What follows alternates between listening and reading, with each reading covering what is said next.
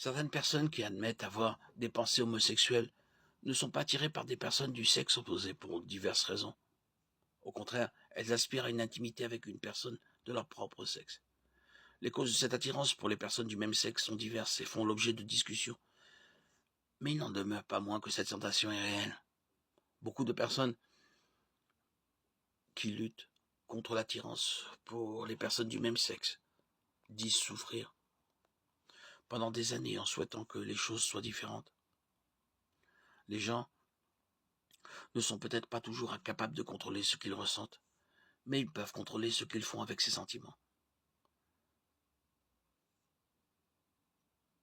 Être attiré par une relation moralement interdite n'est pas un péché actif, c'est une tentation.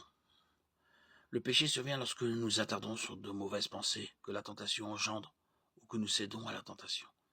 Ressentir une attirance pour le même sexe n'est pas un péché actif et volontaire. Mais céder à cette propension et s'engager dans des relations homosexuelles l'est.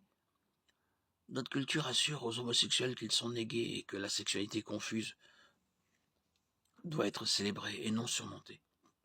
Ainsi, nous avons toute une génération d'enfants et d'adolescents qui n'ont jamais connu une époque où l'homosexualité est considérée comme anormale. Dans les écoles primaires et secondaires, il est désormais à la mode de se qualifier de gay ou de bi ou d'utiliser un certain nombre d'autres étiquettes sexuelles. À la mode, sans vraiment comprendre leur signification ou leur implication morale et éternelle. Nous voyons dans 1 Pierre 5,8, vous, qui par la puissance de Dieu êtes gardés par la foi pour le salut, prêts à être révélés dans les derniers temps. C'est là ce qui fait votre joie, quoique maintenant, puisqu'il le faut, vous soyez attristés pour un peu de temps par diverses épreuves, afin que l'épreuve de votre foi plus précieuse que l'or périssable, qui cependant est éprouvée par le feu, ait pour résultat la louange, la gloire et l'honneur, lorsque Jésus-Christ apparaîtra. Vous l'aimez sans l'avoir vu, et vous croyez en lui sans l'avoir vu encore, et vous vous réjouissez d'une joie ineffable et glorieuse.